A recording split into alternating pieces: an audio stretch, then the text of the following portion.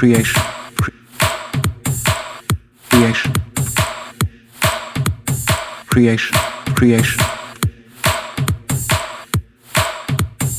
creation. 5 minutes later, put into distant fields. You shouldn't be here. Yeah. The boy felt sorry for the Englishman's camel, loaded down as he was with the cases of books. Although the vision of the date palms would someday be just a memory, right now it signified shame. The vision vanished immediately, but it had shaken him. My heart, the boy answered. I want you to be my wife. There had been a time when he thought that his sheep would teach him everything he needs to know about the world, said the camel driver. The boy repeated his question. His treasure. Just handling them made him feel better. They reminded him of the old man. When he reached the top, surrounded by children, curious to look at the animals and people that were arriving. An emerald. And if I have to, happened to the general, but he kept quiet because he had heard his discoveries to nourish the falcon and the boy. After hours of waiting, to deal with snakes in the desert. Everything on earth is named as it will be around here, the merchant said. But we could sell tea in crystal glasses. Liars. He was selling better than ever. Liars. That he had met with a king. Until the boy moved on. Hence my possibilities are here and there. There was them themselves into the wind. The boy listened quietly. Son's words. In the pyramids. They're beautiful, aren't they? The boy fell to the sand and continued to await his return. But you can at least understand that somewhere in your sands there is a woman waiting for me. And missed, he asked. But you curved sword from a scabbard mounted on his saddle. Bull, and buy a horse. Language of the world. Die, and left. The Englishman vanished too, gone to find the alchemist. And the boy sat there by the well for a long time, remembering that one day in Tarifa, the Levanter had brought to him the perfume of that woman, and realizing that he had loved her before he even knew you. When the sun had set, and the first stars made their appearance, the boy started to walk to the south. He eventually sighted a single tent, and a group of Arabs passing by told the boy that it was a place inhabited by genies. The boy sat down and waited.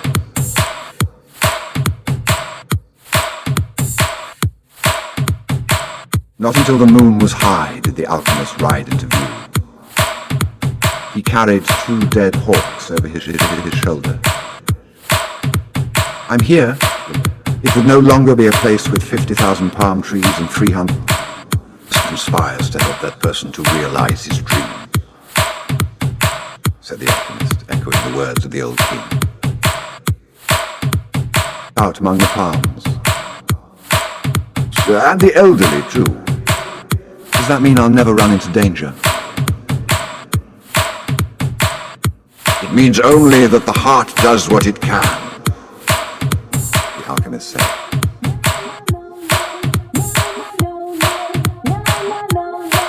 One afternoon they passed by the encampment of one of the tribes. At each corner of the camp were Arabs garbed in beautiful white robes with arms at the ready. The men were smoking their hookahs and trading stories from the battlefield. No one paid any attention to the 2 travelers. There's no danger, the boy said when they had moved on past the encampment.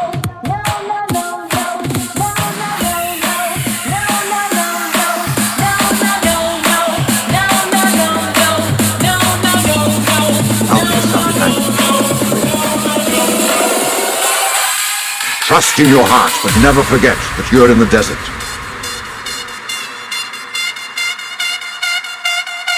When men are at war with one another, the soul of the world can hear the streams of battle. No one fails to suffer the consequences of everything under the sun. All things are one, the boy thought. And then, as if the desert wanted to demonstrate that the alchemist was right, 2 horsemen appeared from behind the tower.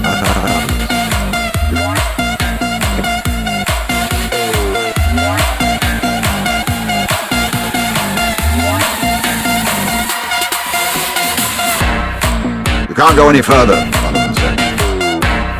You're in the area where the tribes are at war. I'm not going very far, Alchemist answered, looking straight into the eyes of the horseman. They were silent for a moment.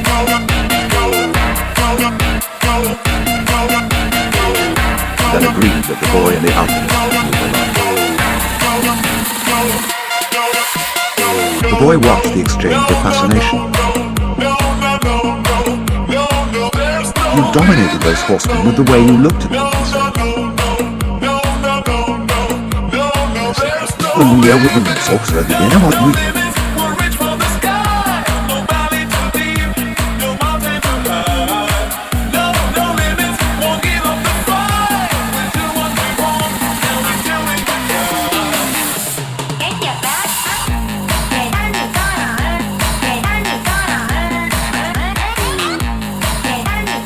You dominated those horsemen with the way you looked at them, he said. Your eyes show the strength of your soul. Answered the alchemist. That's true, the boy thought. He'd noticed that in the midst of the multitude of armed men back at the encampment, there had been one who stared fixedly at the two. He'd been so far away that his face wasn't even visible. But the boy was certain that he had been looking at them. Finally, when they had crossed the mountain range that extended along the entire horizon, the alchemist said that they were only 2 days from the pyramids. If we're going to go our separate ways soon, the boy said, then teach me about alchemy. You already know about alchemy.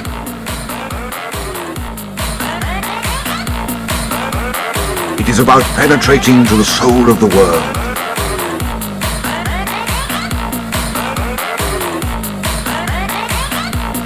And discovering the treasure that has been reserved for you.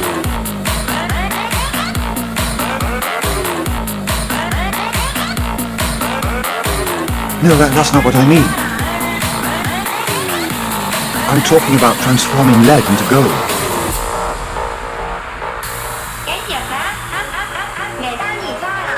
The alchemist fell as silent as the desert, and answered the boy only after they had stopped to eat. Everything in the universe evolved, he said. And for wise men, gold is the metal that evolved the furthest. Don't ask me why, I don't know why. I just know that the tradition is always right.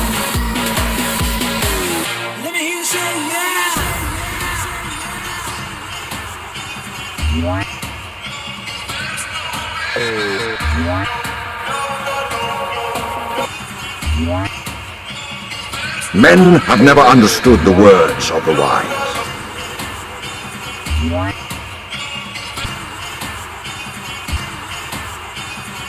So gold, instead of being seen as a symbol of evolution, became the basis for conflict. There are many languages spoken by things, the boy said. There was a time when, for me, a camel's whinnying was nothing more than whinnying. Then it became a signal of danger. And finally, it became just a whinny again. But then he stopped. The alchemist probably already knew all that.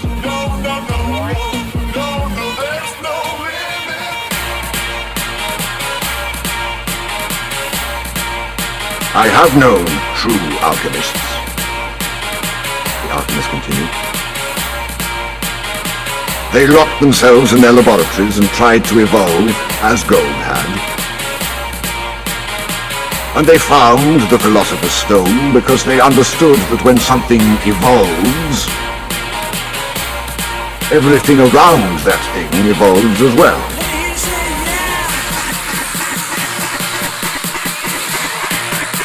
Others stumbled upon the stone by accident. They already had the gift, and their souls were readier for such things than the souls of others. However, they don't count. They're quite rare.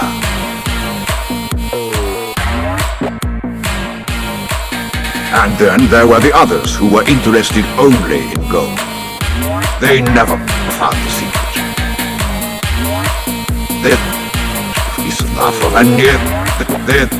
They never found the secret. They forgot that lead, copper, and iron had their own personal legends to fulfill.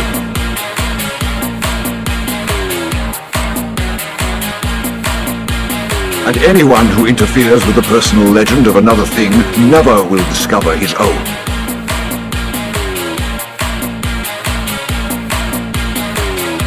The alchemist's words echoed out like a curse. He reached over and picked up a shell from the ground. This desert was once a sea, he said. I noticed that.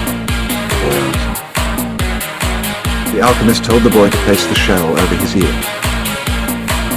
He had done that many times when he was a child and had heard the sound of the sea. The sea has lived on in this shell because that's its personal legend. It will never cease doing so until the desert is once again covered by water.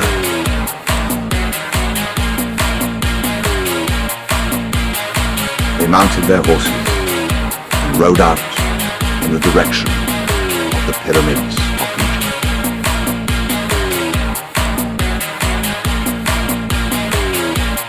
The sun was setting when the boy's heart sounded the danger signal.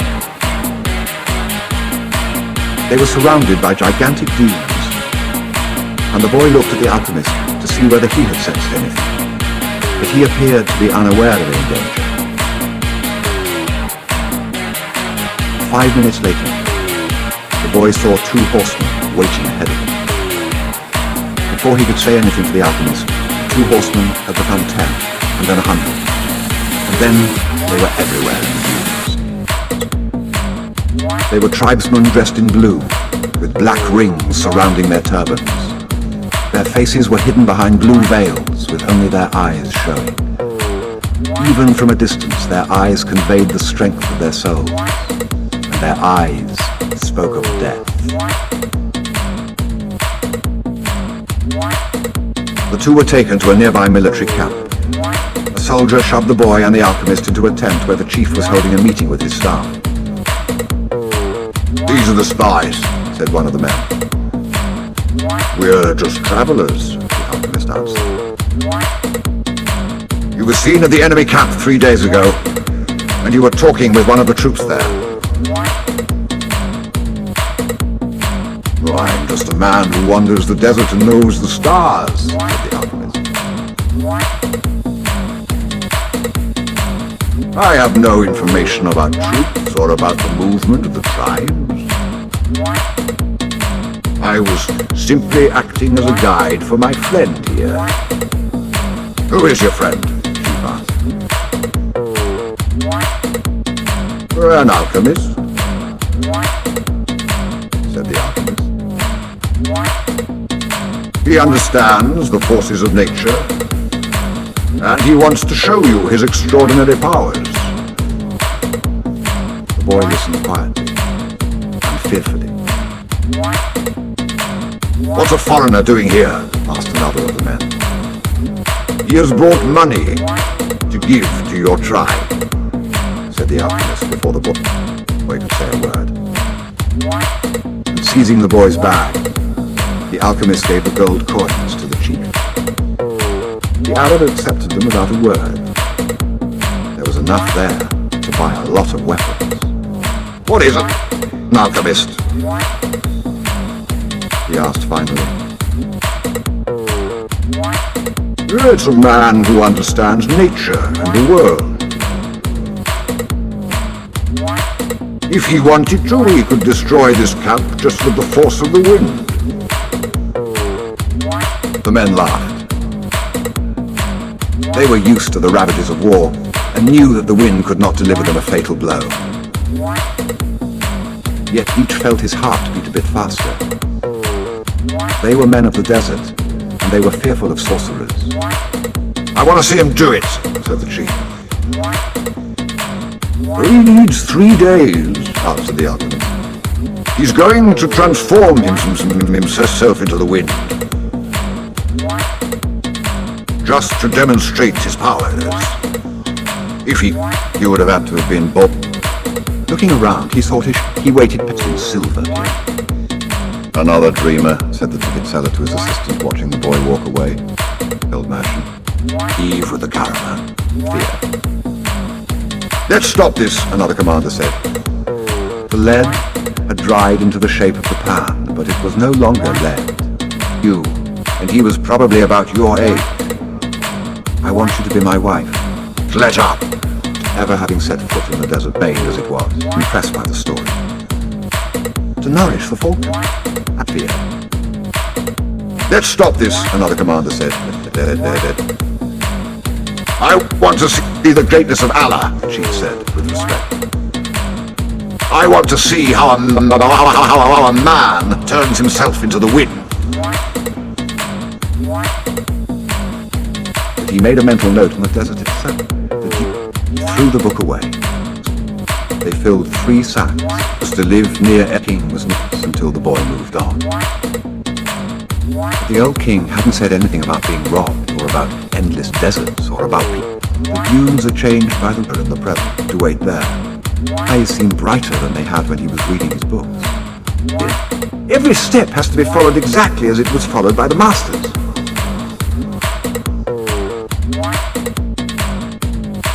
There's a larger design that had moved the universe to the point at which 6 days of creation had evolved into a master world. Peace, if that hand that wrote all this had stopped on the 5th day of creation. Be able to do that to you. Because you'll know its dreams and wishes. And will know how to deal with them. You will never be able to escape from your heart. So it's better to listen to what it has to say. That way, you'll never have to fear an unanticipated blow. The boy continued to listen to his heart as they crossed the desert. He came to understand its dodges and tricks, and to accept it as it was. He lost his fear, and forgot about his need to go back to the oasis, because one afternoon, his heart told him that it was happy.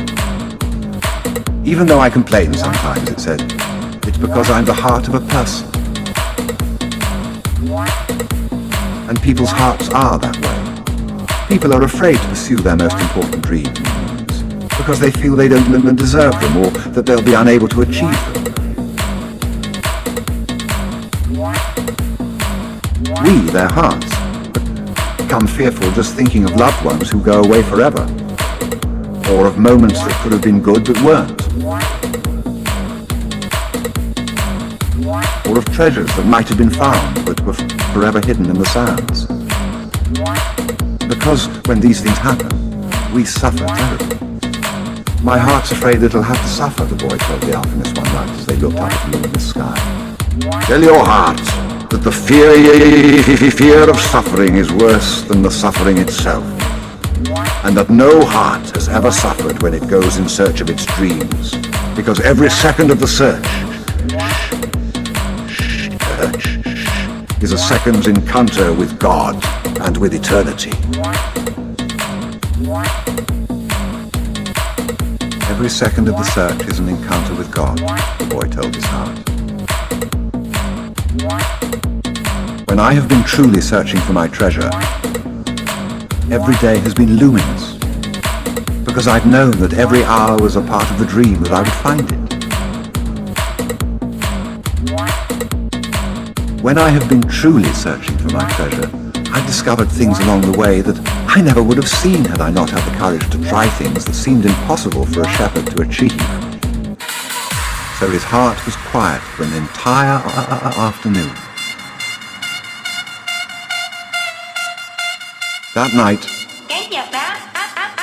the boy slept deeply. And when he awoke, his heart began to tell him things that came from the soul of the world. It said that all people who are happy have God within them, and that happiness could be found in a grain of sand from the desert, as the alchemist has said. Because a grain of sand is a moment of creation, and the universe has taken millions of years to create it. Everyone on earth has a treasure that awaits him, his heart said. We, people's hearts, seldom say much about those treasures because people no longer want to go in search of them. We speak of them only to children. Later, we simply let life proceed in its own direction, towards its own fate. But unfortunately, very few follow the path laid out for them, the path to their personal legends and to happiness.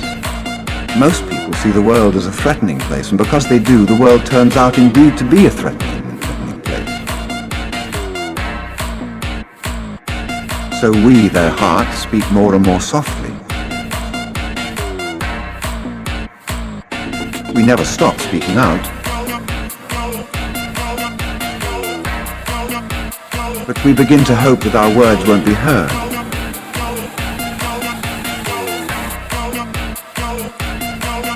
We don't want people to suffer because they don't follow their hearts.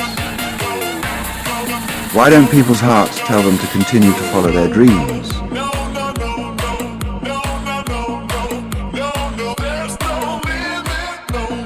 The boy asked the alchemist. Because that's what makes a heart suffer most. And hearts don't like to suffer. From then on, the boy understood his heart. He asked it, please, never to stop speaking to him. He asked that when he wandered far from his dreams, his heart press him and sound the alarm. The boy swore that every time he heard the alarm, he would heed its message. That night, he told all of this to the alchemist, and the alchemist understood that the boy's heart had returned to the soul of the world. So what should I do now? The boy asked. Continue in the direction of the pyramids, said the alchemist. And continue to pay heed to the omens. Your heart is still capable of showing you where the treasure is. Is that the one thing I still need you to know? No, the alchemist answered. What you still need to know is this. Before a dream is realized, the soul of the world tests everything that was learned along the way. It does this, not because it is evil, but so that we can, in addition to realizing our dreams, master the lessons we've learned as we've moved toward that dream.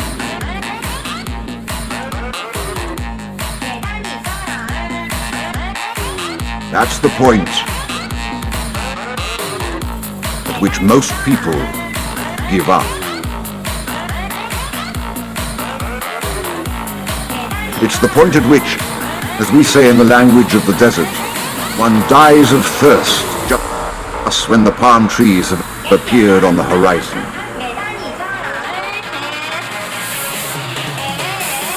People can't turn themselves into the wind. But you can at least understand that somewhere in your sands they're frightened to listen. Wind came from under fruitlessly seeking the philosopher's stone. You'd been paying attention to how the caravan operated. It was the language of enthusiasm.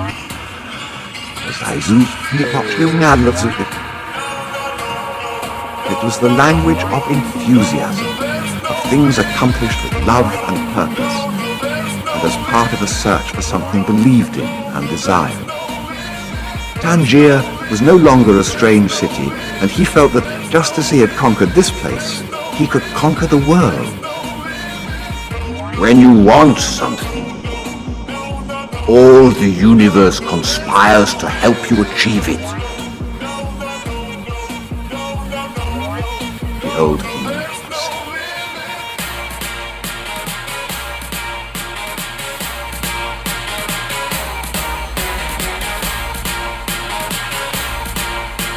The old king hadn't said anything about being robbed, or about endless deserts, or about people who know what their dreams are but they don't want to realize them. The old king hadn't told him that the pyramids were just a pile of stones, or that anyone could build one in his backyard. And he had forgotten to mention that when you have enough money to buy a clock larger than the one you had before, you should buy it.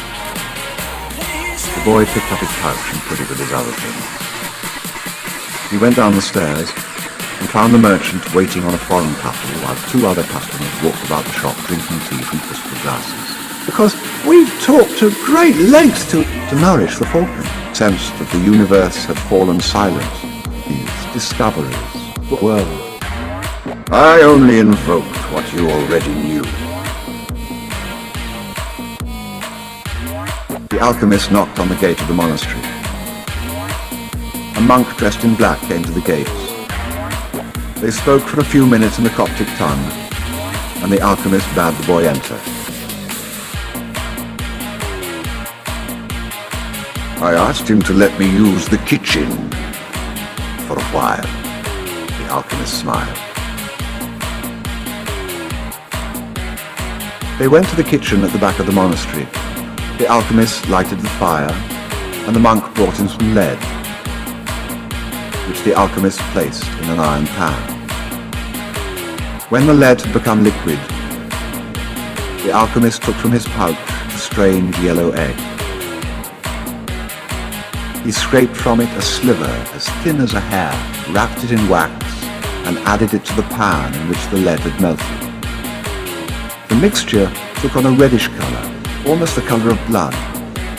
The alchemist removed the pan from the fire and set it aside to cool. As he did so, he talked with the monk about the tribal wall. I think they're going to last for a long time, he said to the monk. The monk was irritated. The caravans had been stopped at Giza for some time, waiting for the wars to end. But God's will be done, the monk said. Exactly, answered the alchemist. When the pan had cooled, the monk and the boy looked at it, dazzled. The lead had dried into the shape of the pan, but it was no longer lead. It was gold. Well, I learned to do that. I learned to do that someday, the boy asked.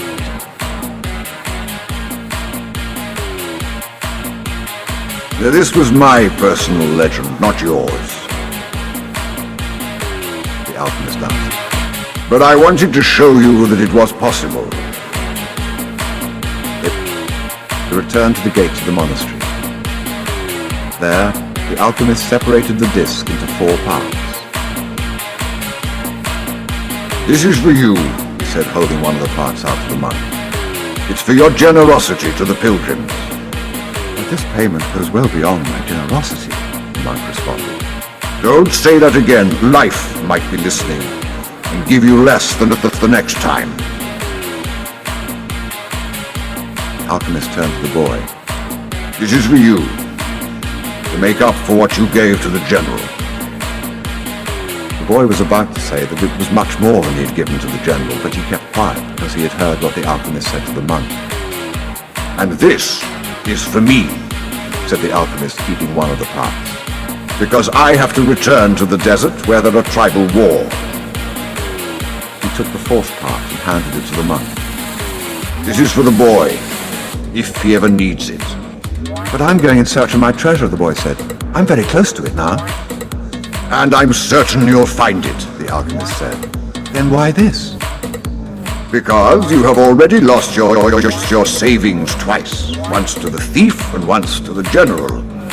I'm an old, superstitious Arab, and I believe in our proverbs.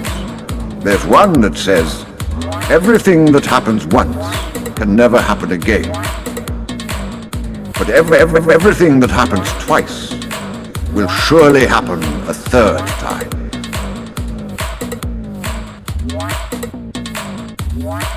They mounted their horses.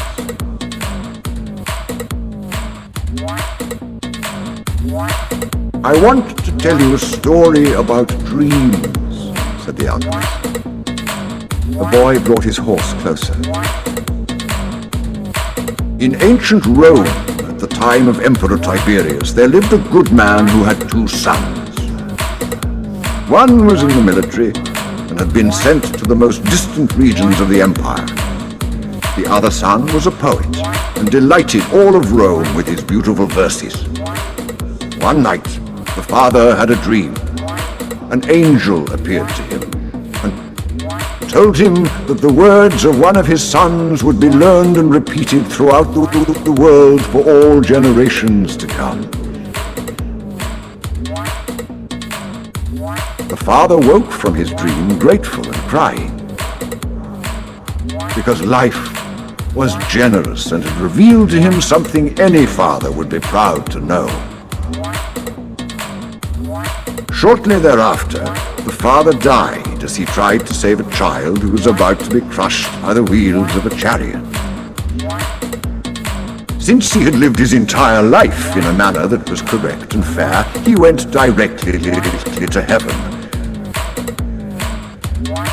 where he met the angel that had appeared in his dream. "You were always a good man," the angel said to him. "You lived your life in a loving way and died with dignity. I can now grant you any wish you desire."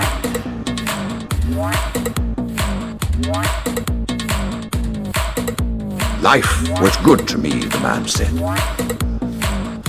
"When you appeared in my dream, I felt that all my efforts had been rewarded because my son's poems will be read by men for generations to come. I don't want anything for myself, but any father would be proud of the fame achieved by one whom he had cared for as a child and educated as he grew up. Sometime in the distant future, I would like to see my son's words."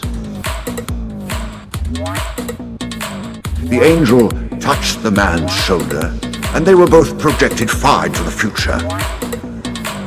They were in an immense setting, surrounded by thousands of people speaking in a strange language. The man wept with happiness.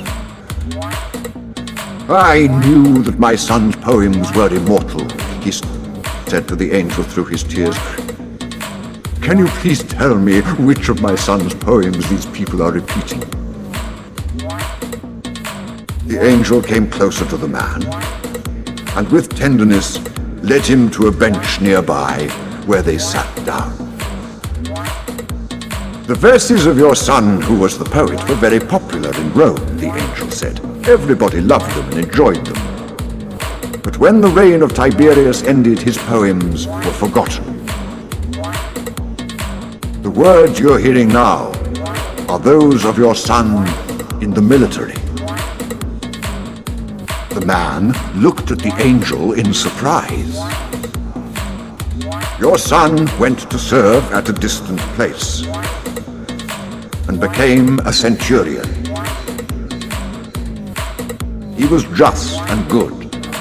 One afternoon, one of his servants fell ill, and it appeared that he would die. Your son had heard of a rabbi who was able to cure illnesses, and he rode out for days and days in search of this man. Along the way, he learned that the man he was seeking was the Son of God.